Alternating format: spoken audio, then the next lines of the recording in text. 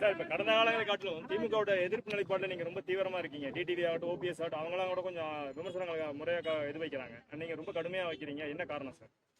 திமுக மீண்டும் ஆட்சிக்கு வரக்கூடாதுன்னு ஒரே காரணம், மக்கள் நலன் கருதி, தமிழ்நாட்டு நலன் கருதி. நான் இப்ப சொன்னேன்ல, இவ்வளவு காலமா இத்தனை ஆட்சிகள் வந்தது தமிழ்நாட்டுக்கு. இப்போ இந்த 4.5 ஆண்டு காலத்துல கடன் 2 மடங்கு அதிகம், கிட்டத்தட்ட 4.5 லட்சம் கோடியில இருந்து 9.5 லட்சம் கோடி நேரடி கடன். ஆனா எந்த கட்டுமானங்களும் கிடையாது. பொய்யதான் சொல்லிட்டு இருக்கிறாங்க, பொய்யில தான் முதலீடு செஞ்சிருக்கிறாங்க. 11,32,000 கோடி தமிழ்நாட்டில் முதலீடு நடந்திருக்கிறது என்று ஒரு பொய்யை சொல்லியிருக்கிறாங்க. நடந்திருக்கிறது 1.5 லட்சம் கோடி தான். நான் ஒரு புத்தகம், நான் ஒரு ஆவணம் தயார் பண்ணிருக்கிறேன். அது கொஞ்ச நாள்ல நான் வெளியே கொண்டு வர போறேன்.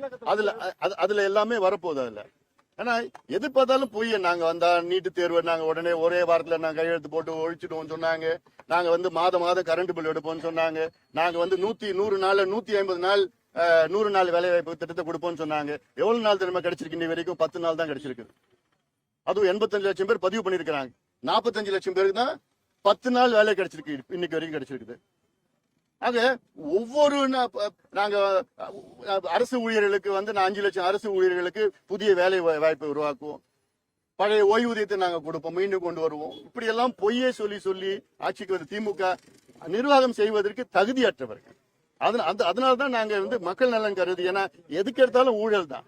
இப்போ கனிம வளம் அன்னைக்கு கூட நான் அறிக்கை விட்டுருக்கேன். முந்தா நாள் தென் மாவட்டங்கள்ல மிகப்பெரிய கனிம வளம் கொள்ளைன்னு. அதே போன்று இங்க திருப்பூர் பகுதியில 100 கோடி ரூபாய்க்கு, அந்த ஊர் தெரியும் ஞாபகம் இல்ல எனக்கு, 100 கோடி ரூபாய்க்கு கொள்ளடிச்சிருக்கிறாங்கன்னு வெளிப்படையா செய்தி வந்துட்டு இருக்குது. அதெல்லாம் ஆய்வு பண்ணா கிட்டத்தட்ட 450 கோடிக்கு அதிகமா, அடுத்தது அதிக 450 கோடிக்கு ஊழல் நடந்திருக்குன்னு, கனிம வள கொள்ளையின் ஊழல் நடந்து சொல்லியிருக்காங்க.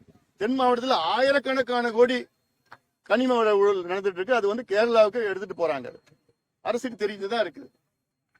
தென் மாவட்டத்தில் உள்ள ஒரு பெரிய நபர், அரசியல முக்கிய பொறுப்பில் இருக்கின்ற ஒரு காட்ஃபாதர் தான், அவர் தலைமையில் தான் நடக்குது. அவரும் ஒரு குடும்பத்திலும் பண்ணிட்டு இருக்கிறாங்க.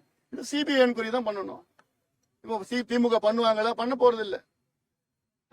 இது நிறைய நடந்துட்டு இருக்குது. மக்கள்கிட்ட எதுவுமே சேரல. விளம்பரம் தான், விளம்பர அரசு தான் நடந்துட்டு இருக்கு. ஒன்லி பப்ளிசிட்டி தான். மக்கள் சார்ந்த பிரச்சனை எதுவுமே தீர்க்கல. 2021 கோவை மாவட்டம், நீலகிரி மாவட்டம், திருவண்ணாமலை மாவட்டம், சென்னை மாவட்டம், இந்த பகுதியில் ஒரு ஆய்வு நடத்தினாங்க மாணவர்கள் மத்தியில். அப்போது பாத்தீங்கன்னா 9 விழுக்காடு மாணவர்கள் போதை பழக்கத்திற்கு அடிமையாக இருக்கின்றார்கள் என்று ஒரு ஆய்வு. இது அபிஷியல் பண்ணிருக்காங்க.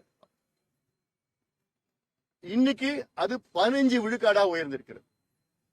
அப்ப தமிழ்நாட்டில் உள்ள மாணவர்கள் மத்தியில 15 விழுக்காடு மாணவர்கள் போதை பழக்கத்திற்கு அடிமையாக இருக்கின்றார்கள். என்னன்னா, இந்த 4.5 ஆண்டு காலத்துல எவ்வளவு மோசமா ஒரு சூழல் தமிழ்நாட்டில் இருக்கு. சட்டம் ஒழுங்கு கெடுறதுக்கு காரணமே இந்த போதை பழக்கம் தான். இந்தியாவிலேயே அதிக போதை பொருட்கள் விற்கின்ற மாநிலம் தமிழ்நாடு. இது ஒரு பக்கம். டாஸ்மார்க் விற்பனை 24 மணி நேரமா வித்துட்டு இருக்காங்க. டாஸ்மார்க் அது வேற. டாஸ்மார்க் கடை பாத்தீங்கன்னா கிட்டத்தட்ட ஒரு 5000 கடைகள்னா, சந்து கடைகள் 25,000 கடைகள் இருக்கு தமிழ்நாட்டுல. எப்ப வேணா கிடைக்கும். பார்னா 12-1 மணி வரைக்கும் திறந்து வச்சிருக்கிறாங்க. அது ஒரு பக்கம். ஆனா கஞ்சா, காக்கேன், அபின், ஹெரோயின், LSD, மித்தல் ஆம்பிட், என்னென்ன போதை மாத்திரை போதை பழக்கம் இருக்குதோ அத்தனையும் தமிழ்நாட்டில் உள்ள நகரத்துல மட்டும் இல்ல, கிராமத்துல கிடைக்குது. சரளமா கிடைக்குது. காவல்துறை தெரியாம விற்க முடியாது. காவல்துறை யார் கீழே இருக்குது? முதலமைச்சர் ஸ்டாலின் அவர்கள் கீழே இருக்கு. அதனால இது மோசம். அதுனா முக்கியம். இன்னொரு காரணம் தான் சொல்றேன். திமுக ஏன் வரக்கூடாது? இந்த 4.5 ஆண்டு காலத்துல கிட்டத்தட்ட ஒரு தலைமுறையை அழிச்சுட்டாங்க. கலைஞர் அவர்கள் முதல் ஆட்சிக்கு வந்த நேரத்துல மூடி கிடந்த அந்த சாராய கடையை திறந்த பிறகு 3 தலைமுறை கலைஞர் அழிச்சிட்டார், மது கடுமையா.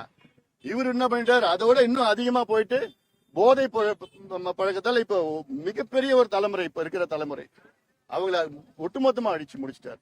ஏன்னா இது மீட்டு எடுக்கணும்னா திமுக மீண்டும் ஆட்சிக்கு வரக்கூடாது. இதனாலதான் சட்டம் ஒழுங்கு, பெண்களுக்கு பாதுகாப்பு இல்லை, இவ்வளவு மோசமான ஒரு சூழல் இருக்கு.